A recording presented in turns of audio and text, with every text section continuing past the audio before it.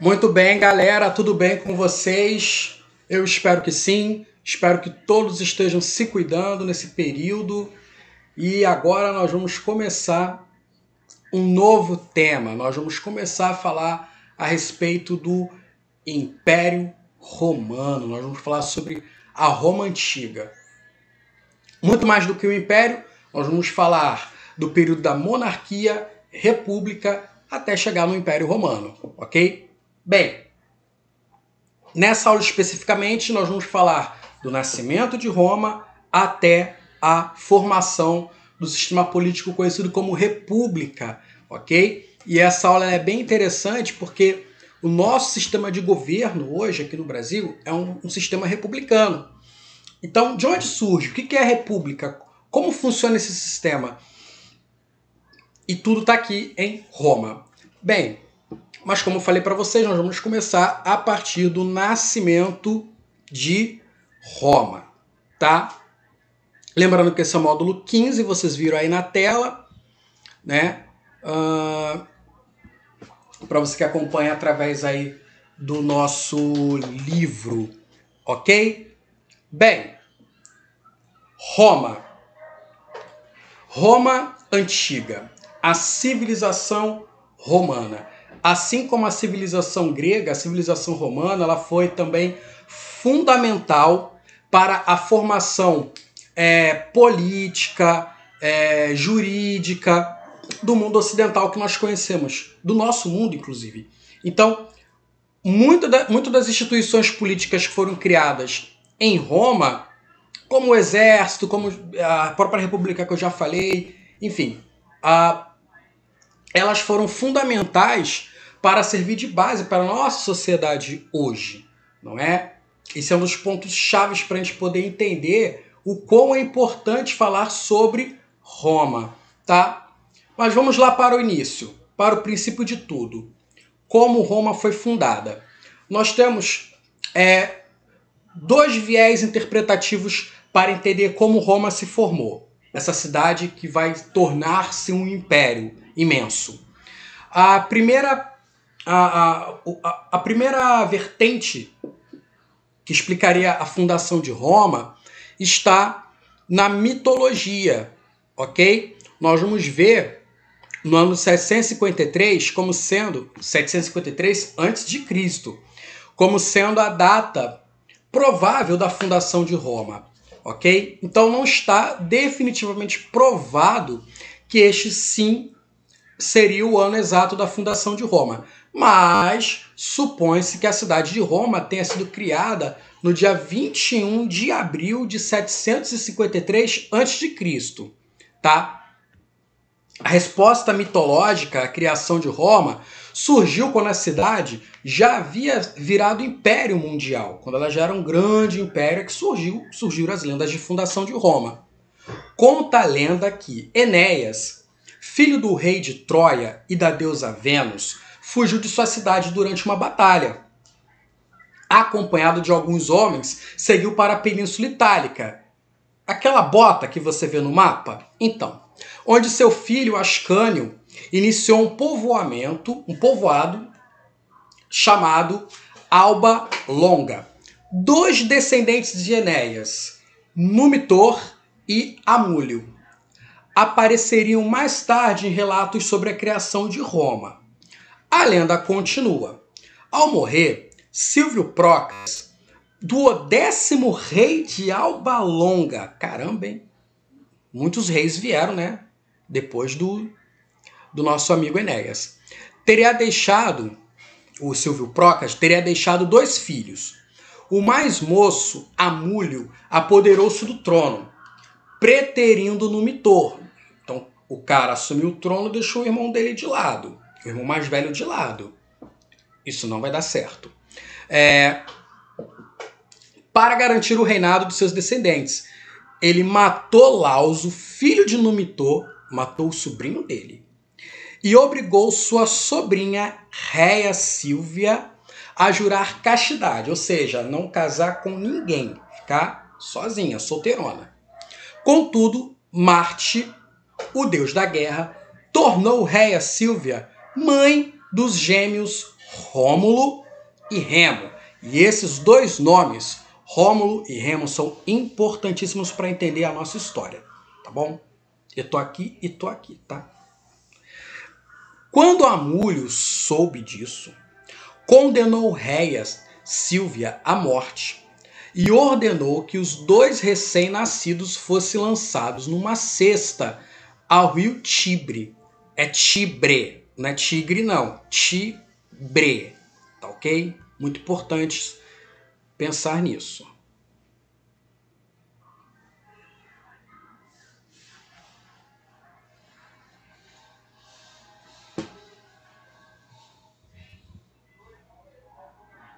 Eu dei uma surtada aqui na página aqui.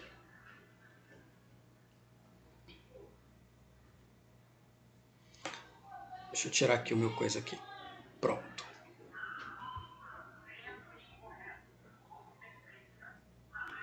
Poderia ter pausado, né? Mas vamos lá, galera. Fica aqui comigo. Deixa eu resolver aqui.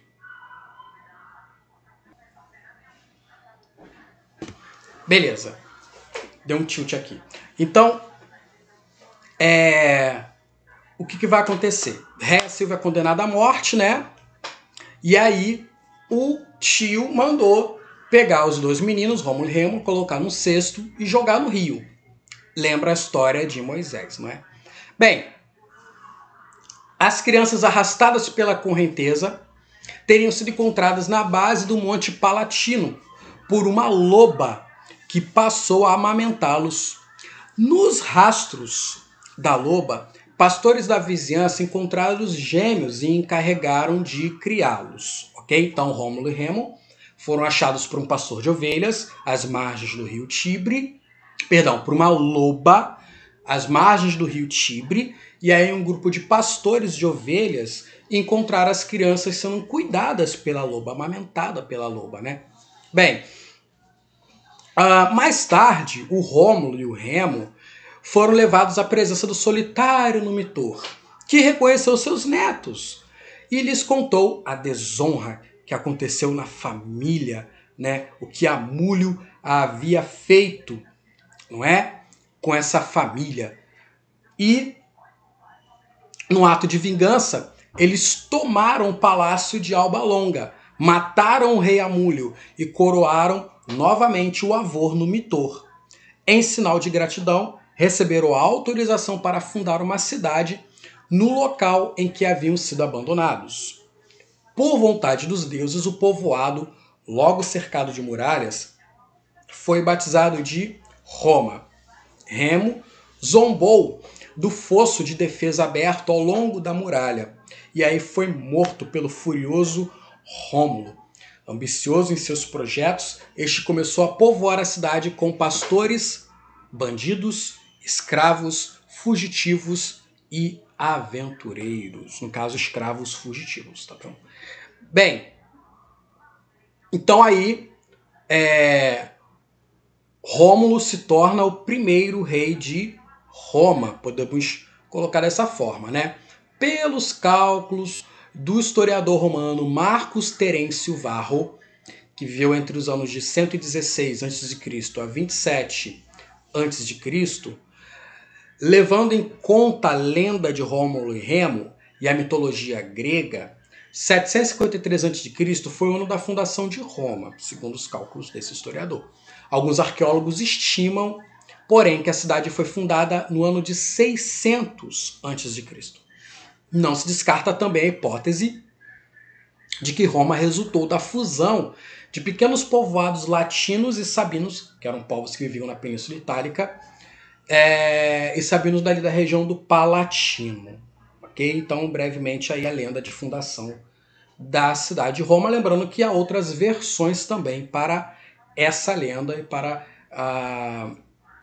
essa questão da loba, dos gêmeos e por aí vai. Tá bom? Bem, voltando aqui, gente. Minha imagem ainda não está aparecendo, tá, pessoal? Esse texto descreve a criação mitológica para a fundação de Roma. Segundo a lenda, os jovens Rômulo e Remo teriam sido os responsáveis por esse feito. Quando eram bebês, os gêmeos foram amamentados por uma loba, que os achou às margens do rio Tibre, enfim, tudo isso que vocês acabaram de ver aqui que eu expliquei para vocês, né? E esse mito foi imortalizado no poema Eneida, escrito pelo poeta romano Virgílio do século I a.C. Mas há explicações do ponto de vista histórico e também arqueológico, tá, pessoal? Lembrando que eu falei para vocês que havia duas questões para explicar Roma. Uma mitológica e a outra historiográfica. A lenda de Rômulo e Remo reforça o caráter guerreiro de Roma. Na explicação histórica e arqueológica, né, do nascimento de Roma, ela teria sido fruto da fusão, da mistura de dois povoados da região do Lácio, que é uma região que fica na Península Itálica. Lembrando que a Península Itálica é aquela bota que você vê no mapa lá na Europa, tá? Que são os povoados dos latinos e dos sabinos, né? A lenda de Rômulo e Remo reforça o caráter guerreiro de Roma, a importância da luta como definidora da imagem daquela sociedade, blá blá blá. Enfim, vamos à próxima página. Tá legal? Eu gastei 11 minutos falando sobre a fundação de Roma. Meu Deus do céu. Bem, então, como nós vimos, né, no estudo sobre a Antiguidade Grega, Roma também é uma referência importante para o mundo ocidental. Não é a cultura greco-romana, é uma referência para a gente, uma referência para a nossa cultura. Práticas, instituições públicas, tradições, bases das línguas neolatinas. Línguas neolatinas são línguas originárias do latim, como o português. O português é uma língua neolatina, novo latino. Por que latino? Por que latina? Porque o nome da língua dos romanos é latim. O latim que hoje não é falado em nenhum outro país no mundo. Ninguém mais fala latim. Existem cursos para aprender a falar latim. A Igreja Católica, em alguns momentos, utiliza a língua latina. Enfim, já existiu uma versão da Bíblia Sagrada, foi a primeira tradução, a primeira tradução que foi na língua latina, no latim, né? E o meu filho está chegando aqui me chamando. Então, o português é uma língua derivada do latim, né? Desse idioma. Lembrando que ninguém mais fala, mas é língua morta, né? Digamos assim.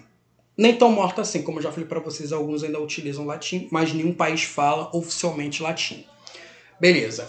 Então, o português é filho do latim, o espanhol também, né? Enfim, o italiano também é filho do latim. É uma grande família, a família dos latinos. É exatamente por isso que a América do Sul, esses países do sul da América, América Central, América do Sul, são chamados de países latino-americanos, porque eles falam línguas derivadas do latim, porém são países que ficam no continente americano. Então, o latino-americano é o indivíduo que fala línguas de origem latina.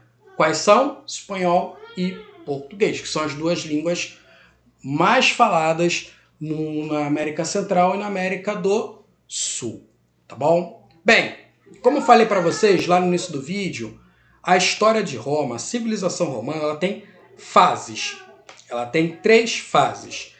Ela tem a fase da monarquia, que é a primeira fase, a fase inicial. Tem a fase da república, né, a República Romana. E tem a fase do Império Romano. O Império Romano é a fase mais famosa pra gente, porque é a fase dos gladiadores, dos lutadores, né, do César, tão falado, né, de César e tal. Então, na nossa cultura popular, chegou, né, essa imagem de Roma como sendo império através de filmes, de séries e por aí vai. Então, vamos lá. Primeira fase, então, a monarquia. A monarquia em Roma ela é do ano de 753, que é a provável data de fundação de Roma, a 509, tudo isso antes de Cristo, tá? E como eu já havia dito, a presença de latinos e sabinos na Península Itálica remete ao século XII a.C. Esses povos conviviam com os gregos, já conheciam os gregos lá do sul da Magna Grécia, tá? E também tinham contato com outro povo que são os etruscos, que viviam ao norte da Península Itálica. E tá aí a bota, né? Essa bota que é a Itália hoje.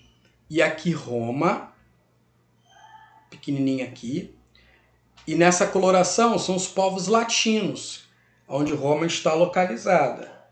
Vivem os povos latinos. Em amarelo, os povos úmbrio-sabélicos. Aqui em roxo, os povos ilírios. Aqui ao norte, como nós vimos no texto, os etruscos. Verde, território dos cartaginenses, né? Território cartaginês. Cartago é uma cidade que fica aqui, ó, no norte da África. E Cartago era muito famosa pelas suas colônias. Então Cartago conseguiu formar colônias na Córcega, na Ilha da Córcega, Ilha da Sardenha. E aqui a oeste da Ilha da Sicília. Tá? E em rosa, território grego. Os gregos estão aqui, bem pertinho desses caras. Então os gregos, que nós estudamos na última aula, né, nas últimas aulas, conheciam os romanos e conheciam os outros povos que viviam ali na Península Itálica, sem ser os romanos, tá? Os romanos são de origem latina, como vocês perceberam, né?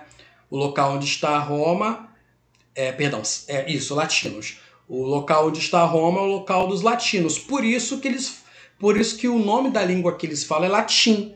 Latinos, latim, ok? E ali é formada Roma. E aí, em função dessa cidade, a própria expansão de Roma, aí essa galera vai ser conhecida como romanos, não é? Bem, então, os etruscos estavam ali, né, ao norte, no século VIII, esses etruscos que estavam ali ao norte de Roma passaram a controlar a cidade de Roma, que naquela época era apenas um pequeno conjunto de aldeias, tá? Os etruscos, eles tinham um regime monárquico, com o poder centralizado na figura do rei, cujo poder era limitado por um conselho de anciãos, base para o surgimento do Senado romano, que analisava as leis criadas pelos monarcas. Durante o domínio etrusco na região, Roma viveu sob esse regime político. Então vamos lá, para a gente poder entender. Roma foi fundada no meio ali dos povos latinos, tá? Na Península Itálica. Vizinho dos povos latinos, vizinho de Roma, tinha um outro povo, que são os etruscos, tá? Os etruscos tinham um sistema de governo que era a monarquia. Tinha um rei que centralizava tudo na figura dele, governava tudo, governava todos. E aí os etruscos, eles passaram a dominar os latinos. Consequentemente, passaram a dominar também Roma, tá? Nessa época, Roma era apenas um pequeno povoado, tá legal? No período monárquico, a sociedade romana estava dividida em 4 grupos. Na base estavam os escravos, que sustentavam a economia, que é bem característico da maioria dos povos do mundo, né? Ter a escravidão como base da economia. E esses escravos eram adquiridos por compra, guerras ou dívidas, tá? Um outro grupo que também faz parte da sociedade romana são os patrícios, tá? Eles representavam a elite romana. Se os escravos estavam na base, os patrícios estavam na cabeça da sociedade. Eles estavam no topo da sociedade. Eram grandes proprietários de terras, controlavam os espólios de guerra. O que é espólio de guerra? É o conjunto de coisas que são conquistadas do inimigo em uma guerra. O cara venceu a guerra, né, ele pega os espólios. O que são os espólios? Tudo aquilo que pertence ao seu inimigo que foi derrotado. Enfim, então, os patrícios controlavam os espólios da guerra, né? E ocupavam os cargos públicos, garantindo poder político para si. Então, os patrícios eles acabavam tendo um controle da política em Roma. Os patrícios eram os cidadãos no mundo romano e formavam a oligarquia local.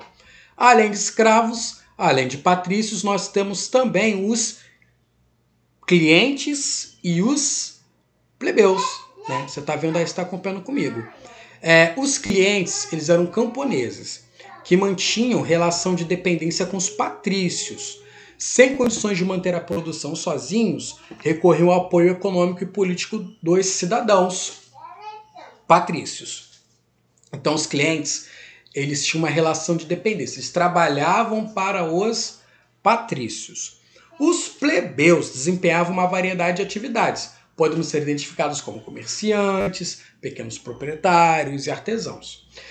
Esses dois grupos eram compostos de homens livres, mas estavam marginalizados politicamente, ou seja, não tinham participação política porque isso ficava sob o controle dos patrícios. Então, clientes, camponeses que trabalhavam para os patrícios, plebeus eram homens livres, trabalhavam com comércio e artesanato. Tá? Em relação ao aspecto econômico, o mar Mediterrâneo representava um espaço fundamental para as trocas comerciais. Como vocês até já perceberam, né? Muitos povos viviam às margens do mar Mediterrâneo e utilizavam o mar Mediterrâneo como rota de comércio e até para conhecer outras regiões para praticar esses comércios. Nós vimos com os fenícios, vimos com os gregos, agora estamos vendo aqui com os romanos, né? A galera de Catargo e por aí vai. Cartago e por aí vai. Com uma frota poderosa, os etruscos disputavam comércio na região com os gregos e cartagineses. Sua marinha também era usada para garantir o domínio das regiões litorâneas, estabelecendo entrepostos comerciais e submetendo os povos ao seu controle.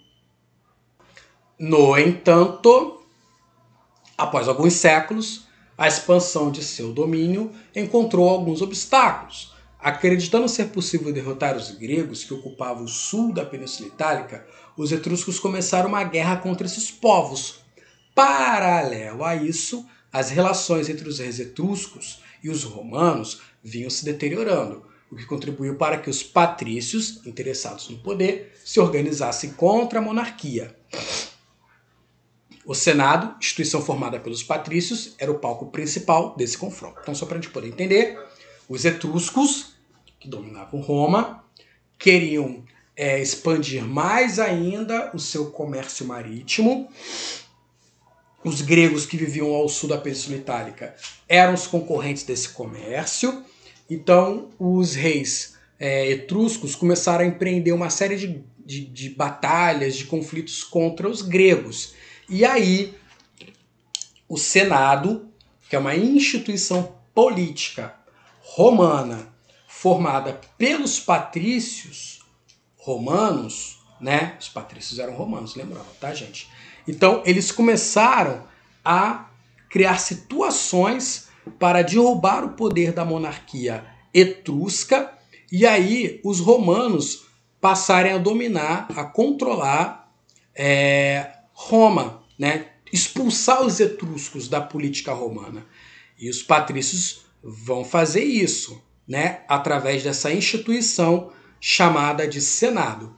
Quero lembrar a vocês que o Brasil possui um Senado, ok? Que em Roma é um grupo de anciãos, de pessoas mais velhas, membros do grupo político dos patrícios. E que no nosso caso, o nosso Senado, o Senado brasileiro, ele é eleito a cada 4 anos pelo povo. O povo escolhe os seus senadores.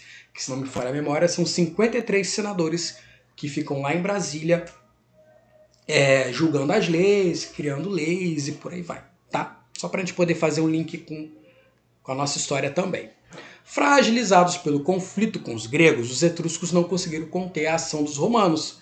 Em 509, o último rei etrusco, Tarquínio, foi derrotado e a monarquia derrubada.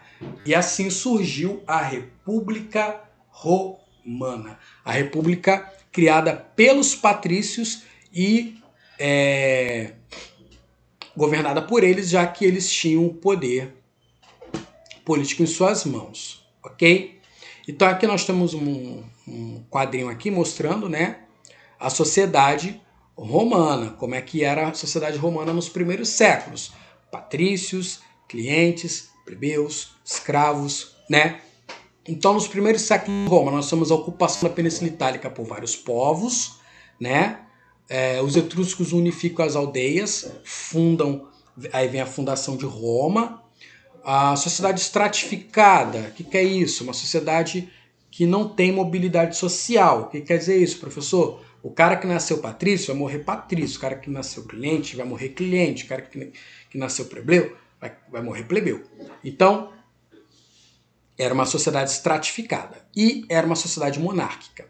Em 509 vai rolar a revolta dos patrícios, né, dando fim à monarquia em Roma e começando a República Romana, que vai durar do ano de 509 a 27, o que faz a gente entrar aqui no tópico sobre a República Romana, né? A República é uma forma de governo em que o Estado se organiza para atender ao interesse de toda a população. A palavra em português tem origem latina, ou seja, tem origem na língua latina, no latim. Para os romanos, res significava coisa e pública do povo, pública, res pública, república. Apesar de seu significado, nem todas as pessoas do povo podiam participar dessa nova forma de governo. Em Roma, o início da República consolidou o poder dos patrícios.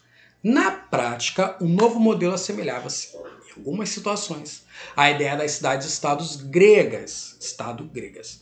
Assim, a derrubada do rei etrusco não significou uma revolução social, mas sim a ascensão da aristocracia romana. A aristocracia é essa que os patrícios fazem parte, né? Ou seja, Roma, a República Romana não era um governo feito para todos, para o povo, para o público, res publica. Era um governo feito pelos patrícios para atender aos interesses dos patrícios, ok? Então o restante da galera continuava sendo marginalizada politicamente, não tinha nada de coisa para todo mundo, não. Não tinha nada de pública, essa república, né? Bem,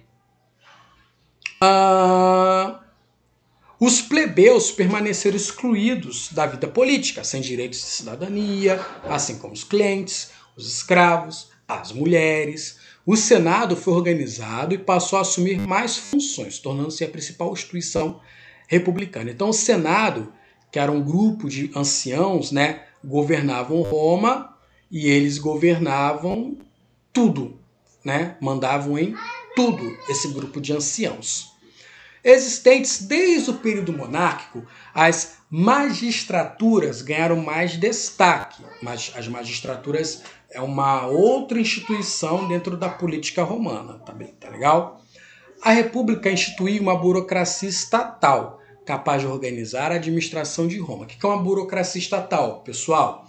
Burocracia estatal é um corpo de funcionários que administram o governo, tá legal? Tipo assim, tem cobradores de impostos, chefes militares, né, os próprios senadores, os magistrados, cada um tem uma função. Então, isso é burocracia estatal. É um governo que possui várias instituições, vários órgãos, vários funcionários que ajudam na administração desse governo. Legal? Então, eles organizavam e administravam Roma, tá? Na prática, os magistrados é que eram os administradores da República, assumindo funções variadas. Então, quais são os cargos da magistratura romana? Quais são as funções de um magistrado? Nós temos os pretores, que eram responsáveis por questões judiciais de julgamentos, né? Tribunal, juiz, julgamento, enfim. Os censores, por realizar o censo, controlar as finanças e a conduta dos cidadãos romanos. Também tem os cônsules, que ocupavam o mais alto cargo, com poderes administrativos, judiciais e legislativos, entre outras funções. Os magistrados eram escolhidos pelo Senado, então os senadores votavam entre os patrícios quem iria fazer parte da magistratura, quem ia ser pretor, censor, cônsule, ok? Estrategicamente, Roma precisava se reforçar. Com a expulsão dos etruscos, tornou-se alvo dos demais povos da Península Itálica. Nesse sentido, foi necessário ampliar o exército. Para isso, os plebeus passaram a compor a base militar. Então, quem vai ser soldado serão os plebeus, né? Quem serão os soldados serão os plebeus. A força empreendida para a defesa romana logo se transformou em potência para a expansão territorial. E aí Roma deixou de ser uma cidadezinha lá na Península Itálica para ser um território imenso, né? Porque eles vão se expandir, vão ocupar outros lugares, vão invadir outros povos, até o ponto de que toda a Península Itálica vai pertencer a Roma. Isso vai acontecer. E mais para frente vai dominar praticamente todo mundo antigo, tá? Bem, contudo, esses estavam insatisfeitos com a forma como eram tratados pela República. Então, interessante parar para pensar nisso. Os plebeus vão formar a força de guerra, de combate, né? Os plebeus vão fazer parte do exército romano. Só que os plebeus vão perceber que eles estão lá se matando lá no exército, tomando espadada, invadindo outros territórios, e são pessoas, vão se tornar pessoas muito importantes, né, para a expansão de Roma, mas mesmo assim, eles não continuam sem direitos políticos, né? Continuam tratados como indivíduos marginalizados da sociedade. E aí os plebeus, né, agora donos do poder, da força bélica, né, do braço forte do Estado, eles vão começar a exigir mais direitos. Por um lado havia os plebeus enriquecidos, que eram comerciantes, né, principalmente comerciantes, que desejavam poder político e o fim da proibição do casamento entre plebeus e patrícios. Havia uma lei em Roma que proibia que os plebeus se casassem com patrícios. Então, era uma sociedade bem dividida, né? As classes sociais, tipo assim, não podiam se misturar. Vocês verem como é que o negócio era tenso, né? Os quais enxergavam nessa prática uma forma de ascensão social. Então, os plebeus acreditavam que se eles pudessem casar com patrícios, eles podiam ascender socialmente, ou seja, migrar de um grupo social de menos importância para um grupo social de maior importância, né? E os patrícios, sabendo disso, proibiam essa mistura, esse casamento entre plebeus e patrícios, né? Puro preconceito. Por outro, havia os plebeus empobrecidos, ligados às atividades agrárias, que desejavam acesso a melhores terras. Então tinha uma galera que queria ter direito a melhores terras. Então nós podemos dizer, galera, que havia uma tensão social, havia um conflito de interesses sociais dentro de Roma, não é?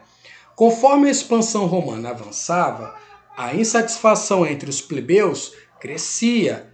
Ainda no século V a.C., eles organizaram uma série de revoltas, que no final garantiu a conquista de direitos para o grupo, para os plebeus. E aí, quais foram? Então eles conseguiram, ao longo do tempo, conquistando seus direitos, né, direitos políticos. Em 494 a.C., diante de uma ameaça de invasão estrangeira, os plebeus fizeram greve. Os plebeus do exército fizeram greve, olha isso, eles cruzaram os braços e se negaram a defender Roma, exigindo que os patrícios lhes permitissem o exercício de direitos políticos. Gente, pensa nessa cena. Roma tá prestes a ser invadida. Os caras estão correndo para invadir Roma. Os plebeus cruzam os braços e falam assim: nós não vamos defender Roma até vocês fazerem o que a gente está mandando. Olha só, os patrícios ficaram loucos da vida. Meu Deus, nós seremos mortos. Façam alguma coisa, lutem, defendam Roma. Não. Vocês primeiro têm que atender o que nós estamos pedindo. né? Então, eles exigiam esses direitos políticos. Então, para que os plebeus eles não cruzassem os braços, para que os plebeus acabassem com essa greve, digamos assim, foi criado o cargo de tribuno da plebe. Era um cargo exclusivamente ocupado por plebeus e que tinha o poder de vetar, ou seja, censurar, cortar leis consideradas injustas para os plebeus. Nas décadas seguintes, seus direitos foram expandidos. A criação de uma legislação escrita, ou seja, a criação de leis escritas, para que todos tivessem acesso para ler. Isso em 451. Essa lei ficou conhecida como a Lei das 12 Tábuas. Garantia a possibilidade de evitar arbitrariedades e de contestar injustiças. O documento é considerado um marco do direito romano. Além dela, podemos citar a Lei da Canuleia, de 445, que permitiu o casamento entre patrícios e plebeus. Como vocês perceberam, os plebeus e patrícios vão poder se casar graças à luta dos plebeus por mais direitos políticos e sociais. E aí vai vir a expansão. A república, os patrícios e os plebeus. Com o fortalecimento militar desde o início da república, Roma iniciou sua expansão. Entretanto, esse processo tinha um efeito colateral. Ampliava a desigualdade, afetando sobretudo os plebeus, já que os espólios de guerra, lembra dos espólios de guerra? Eles ficavam com os patrícios. Como as melhores terras também ficavam com os patrícios, os plebeus continuavam empobrecidos. Além disso, em uma tentativa de manter a produção, muitos plebeus tomavam empréstimos com os patrícios, contraindo dívidas que muitas vezes não podiam pagar e se tornavam escravos por dívida. Ao mesmo tempo que viam sua situação econômica piorar e as dos patrícios prosperar, os plebeus percebiam seu papel fundamental na expansão do território. Tipo assim, cara, nós somos do exército. Eles participavam ativamente do exército romano e eram vitais para o sucesso das campanhas militares. Esse papel, porém, não se traduzia em progresso econômico, né? Diante dessa situação, no século IV a.C., os plebeus se organizaram e conseguiram abolir a escravidão por dívida. Foi uma outra conquista dos plebeus, porque se eles ficassem endividados com alguém, eles podiam ser feitos escravos para pagar a dívida. Então eles conseguiram, e eles acabavam ficando pobres mesmo, a ponto disso acontecer, né? Então, pelo menos isso, eles conseguiram mais um direito, que foi a abolição da escravidão por dívida. Na mesma época, os plebeus também conseguiram o direito de ocupar as magistraturas e o direito de que as resoluções da Assembleia da Plebe tivessem força de lei. Então, mais outro avanço, os plebeus conseguiram assumir cargos de magistratura, aqueles cargos que nós vimos, pretor, censor, né? Mais para frente, bem mais para frente também de cônsul. Enfim, me perdi. A ampliação dos direitos dos plebeus também esteve relacionada à postura dos patrícios. Para eles, era importante negociar e garantir a estabilização da situação interna. Então, os patrícios tinham medo que houvesse um grande problema social, uma grande conturbação política. Então, os patrícios eles iam cedendo aos pouquinhos, vamos dar o que eles estão pedindo, porque senão vai dar ruim, faz o que eles estão pedindo, né? Afinal, os conflitos dentro do território poderiam ser um empecilho aos planos da República. Com a estabilização, aos poucos, Roma, que já tinha vencido os etruscos, também venceu os gregos na Península Itálica, poderia se voltar para o Mediterrâneo, o Mar Mediterrâneo, e seguir seu plano de expansão. Assim, entre os séculos 3 e 2 a.C., Roma esteve envolvida em um conflito com o seu principal rival na região, Cartago. Com alguns intervalos de tempo, nesse período, romanos e cartaginenses travaram as guerras púnicas. A vitória romana ao final do combate, da guerra, né, promoveu mudanças significativas para a República. Roma transformou-se em um poderoso polo comercial. O crescimento do comércio impactou a organização da sociedade e do próprio Estado. A escravidão se tornou fundamental para a sociedade e a economia romana. Então é isso, galerinha. Vamos ficando por aqui. Até a nossa próxima aula, tá legal? E fiquem aí mastigando, degustando da civilização romana, monarquia, república. Até a próxima. Beijinho, beijinho. Tchau, tchau.